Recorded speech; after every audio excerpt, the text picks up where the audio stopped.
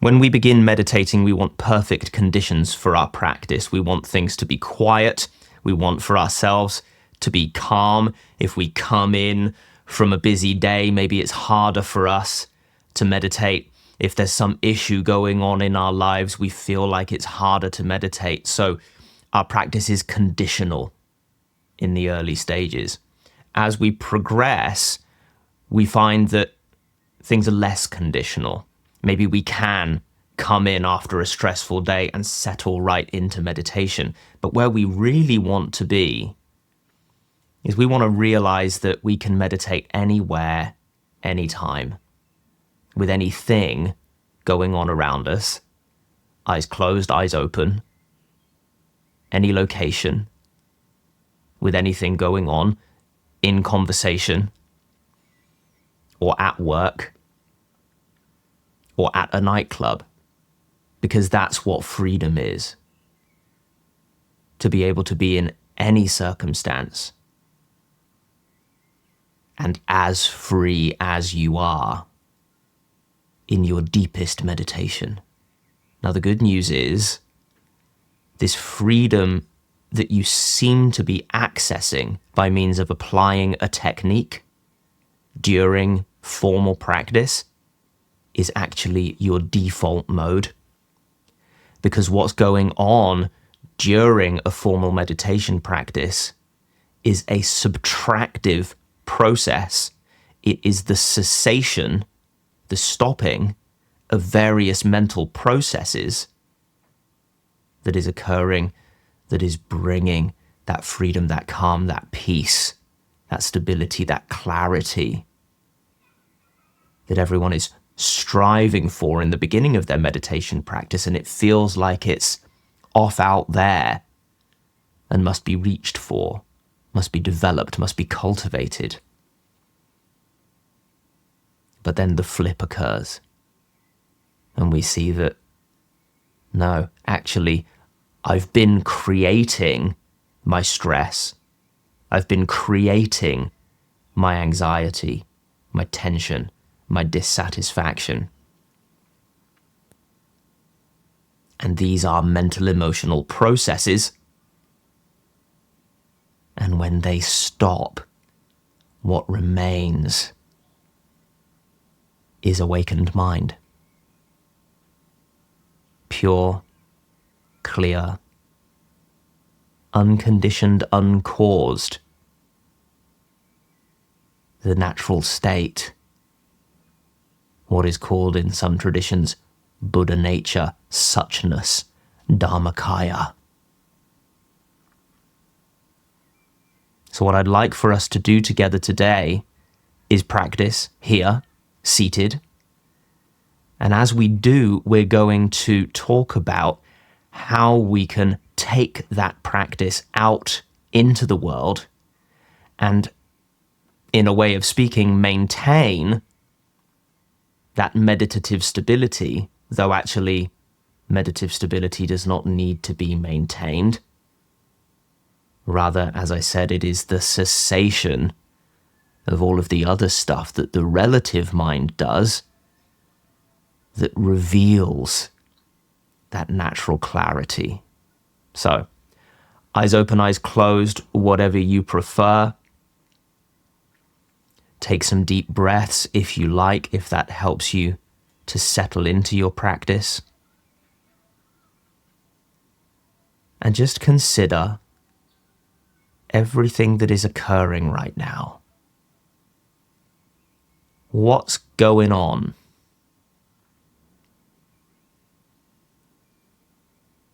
And are you judging it in some way? Are you interpreting it in some way?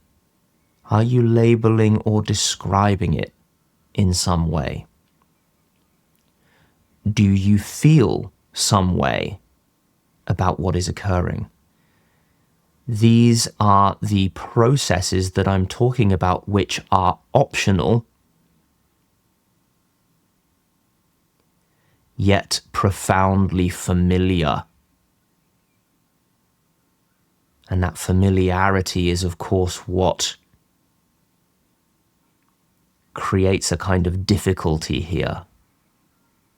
We feel as though we have no option. It seems like we have no option whether or not we run these mental, emotional processes.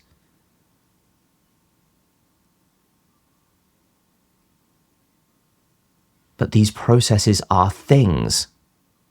They begin and end. They are causal.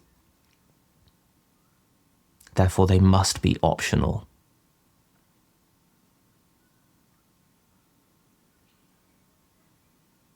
Interpretations, judgments, labels, descriptions are optional.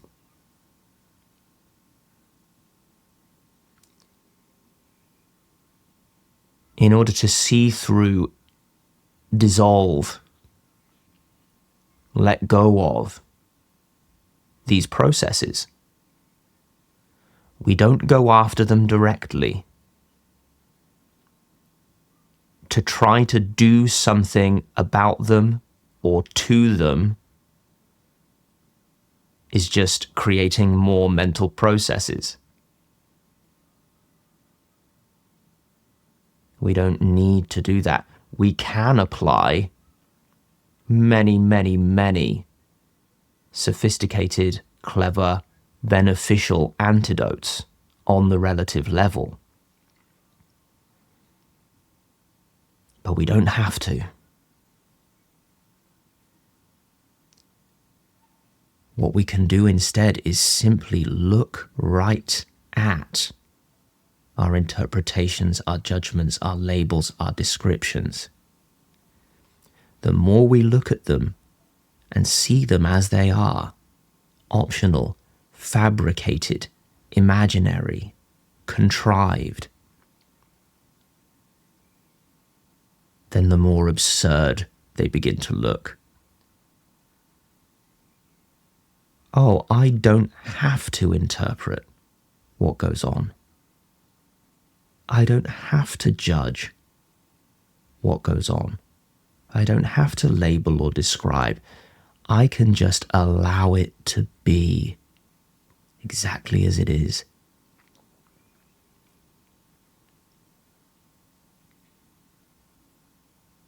And if there is some mental and or emotional process that seems automatic, occurring in response to what is going on,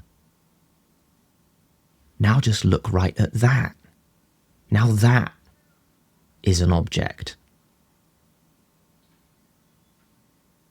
No different to a cloud drifting through the sky, no different to a ripple on the surface of a body of water.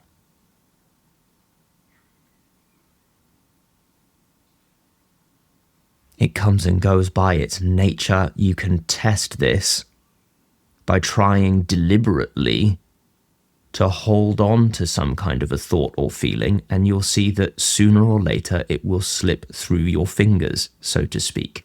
You cannot sustain a single thought or feeling indefinitely. It can't be done. It is the nature of all thoughts and feelings to pass naturally. Now, of course, it's very common that we rapidly replace thoughts and feelings with other thoughts and feelings. But don't mistake that for a thought or a feeling being permanent.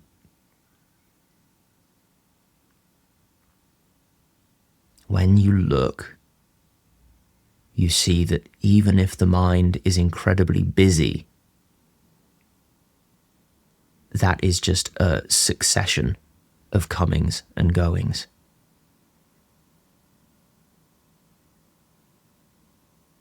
Appreciate the coming and going, and appreciate the space in which all of that comes and goes.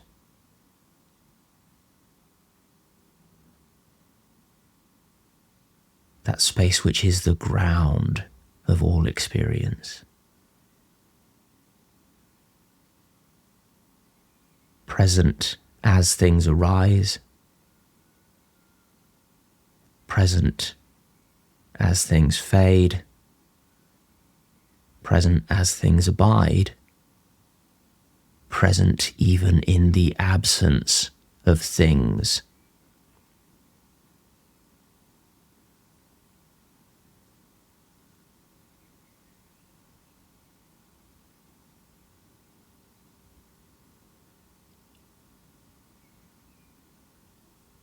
Your true nature.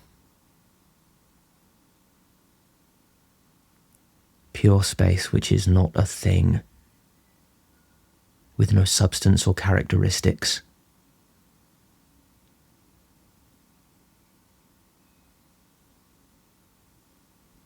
Timeless awareness.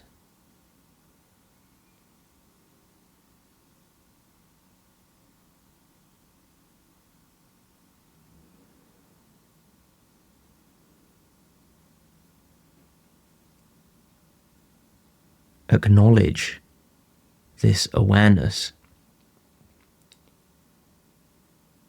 as the only way that you know anything.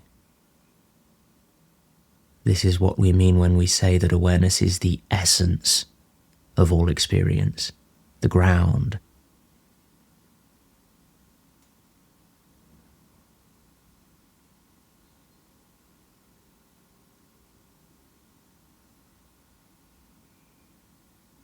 To recognize this awareness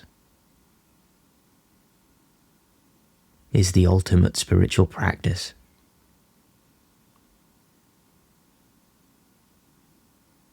Do it long enough and you'll see it's not even a practice. It's not a doing.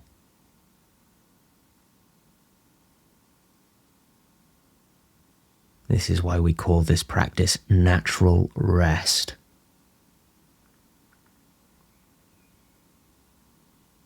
Not a technique, not a method, not an antidote.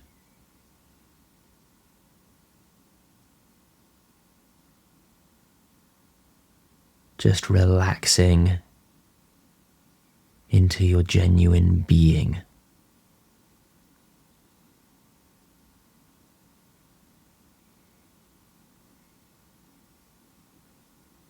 This being, this awareness, this space in which everything occurs is unaffected by any of its contents,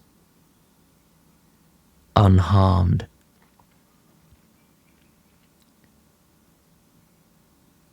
Naturally pure, clear, lucid, present,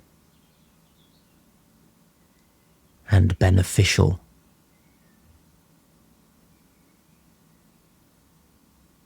Good by nature,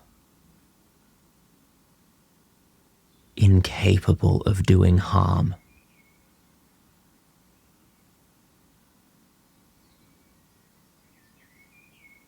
In seeing that this is our nature, we realize there never was any need to cultivate positive qualities and suppress negative ones. There is no need for any kind of training whatsoever, because our nature is beneficial, kind, wise, loving, compassionate, effective.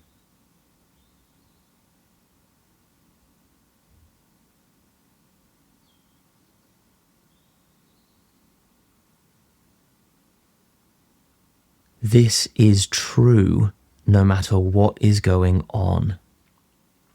We all experience that this truth is obscured to the degree that we reify, to the degree that we invest meaning in things, to the degree that we interpret, judge, label, describe, to the degree that we desire or hate.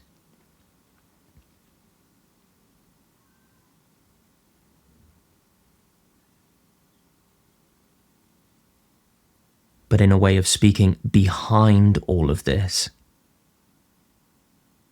mental emotional activity, awareness remains. Awareness is the only way we are able to know any of it.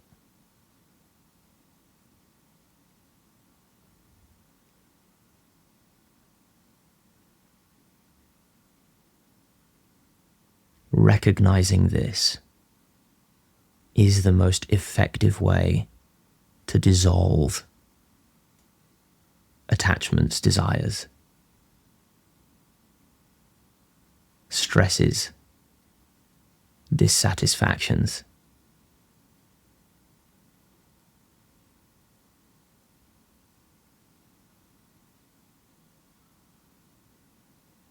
Indirectly, simply by seeing how things really are. Not trying to fix or alter or change. That is still the domain of the thinking mind that says things must be this way and must not be that way. Still based in judgment.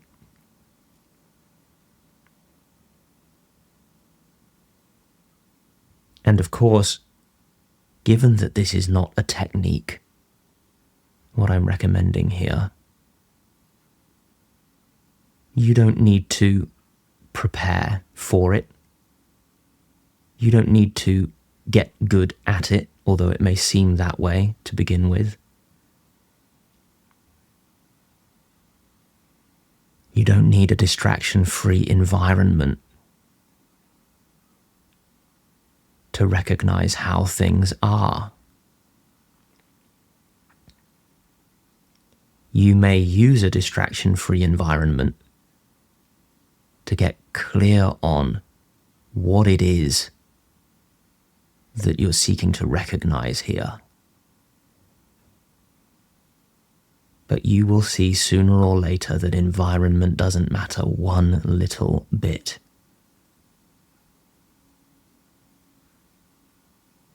Circumstances don't matter. Events don't matter.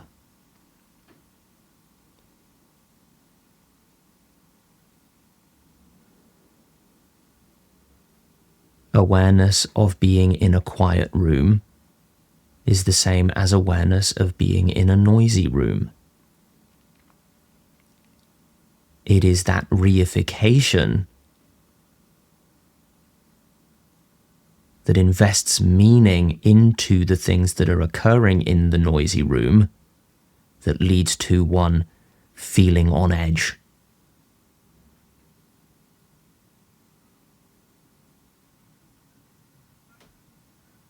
Just notice, no matter where you are, no matter what is occurring, that awareness is its basis, that it is occurring in the same basic space.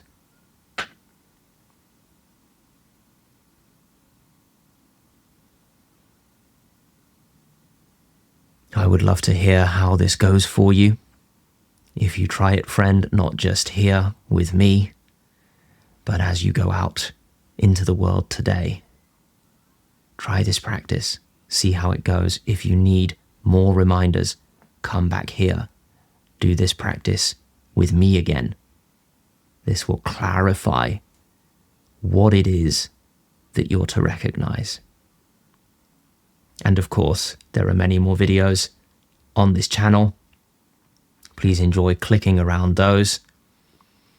I bang on about this stuff all the time, and the more you hear of what I'm talking about, the easier it will be to recognize.